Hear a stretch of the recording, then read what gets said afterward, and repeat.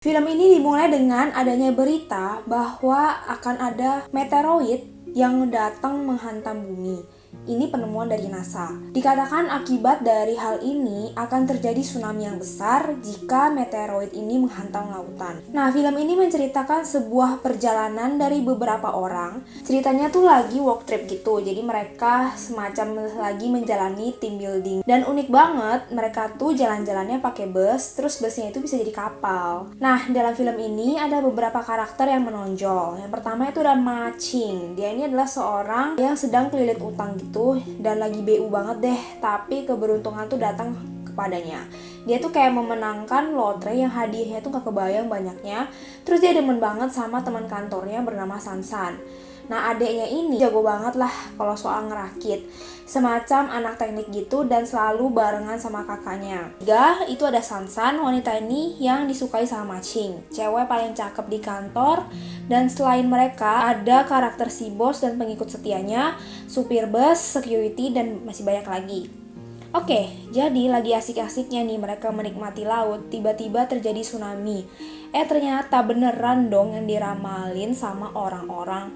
Begitu hebatnya tuh tsunami ya, syukurnya mereka masih bisa hidup dan terdamparlah mereka di sebuah pulau kosong. Sadar-sadar mereka tuh kira udah kiamat gengs, dan mereka tuh meyakini kalau cuman tinggal mereka manusia yang masih hidup. Pada hopeless lah ya orang-orang ini, malah mereka tuh anak kota, disuruh hidup di pulau kosong, survive nggak ya? Dan mereka akhirnya di-lead sama supir bus yang katanya dulu orang militer. Mereka pun ikut arahan buat at least lah nyari makanan untuk bertahan hidup dengan alat seadanya. Nyari goa juga buat tinggal. Nah, si Macing ini kan menang lotre ya gengs. Dia tuh kayak bokambuan gitu, terus mencari cara lah buat membuktikan kalau dunia ini belum kiamat. Diajaknya lah tuh si adeknya pergi dari pulau kosong ini dan alhasil zong gengs. Mereka balik ke pulau ini tanpa menemukan jawaban. Terjadi perpecahan nih di tengah mereka nih. Jadi ada kubu si supir dan ada kubu si bos. Nah, kubu si bos ini pengen lah pergi dari pulau ini dan mencari jalan keluar gitu. Beda sama kubu si supir. Mereka lebih milih untuk fokus aja untuk bertahan hidup. Dan kubu si bos ini menemukan sebuah kapal besar yang terdampar di sana dan menemukan banyak makanan, pakaian di dalam kapal tersebut. Ibarat nemu harta karun dah ya. Nah, lu pada tahu kan kalau si Masing ini pengen banget keluar dari pulau ini buat cairin tuh duit lotre yang udah mau expire. Dan karena suatu hal, dia pun cekcok gitulah sama si bos dan akhirnya mereka pun pecah kongsi juga. Akhirnya si Macing ini dan adeknya itu minggat dari kubu si bos. Setelah mencari-cari cara, tak kunjunglah mereka tuh bisa keluar dari pulau dan akhirnya expired juga lah tuh lotre. Dan hidup harus move on lah ya. Akhirnya si adik kakak ini membuat planning untuk mengacaukan dua kubu yang ada. Dengan hasil dimana si adik kakak ini akan berdiri sebagai hero-nya lah dan jadi pemimpin mereka semua. Jadi caranya si adik kakak ini akan merakit gitulah sebuah mesin atau apapun lah untuk menghasilkan listrik dan lampu dan sebagainya deh. Secara adeknya ini kan orang teknik ya.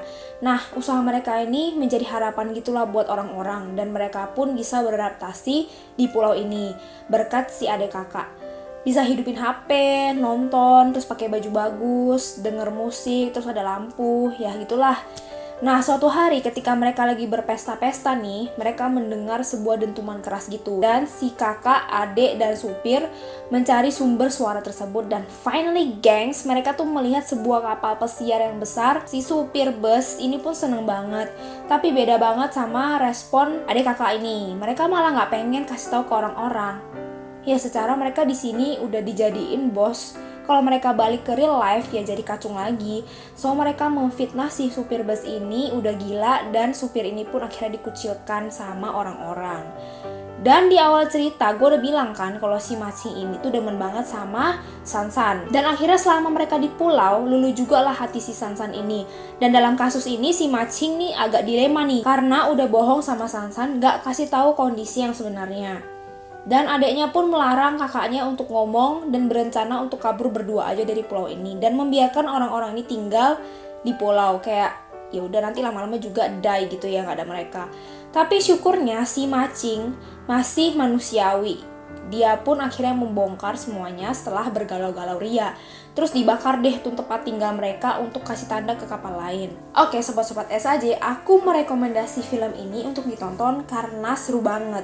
Ngelihat orang tuh berjuang untuk bertahan hidup, dan beda aja gitu kalau lu hidup dalam tekanan, pasti karakter asli lu keluar. Bye bye, see you on my next cheese project.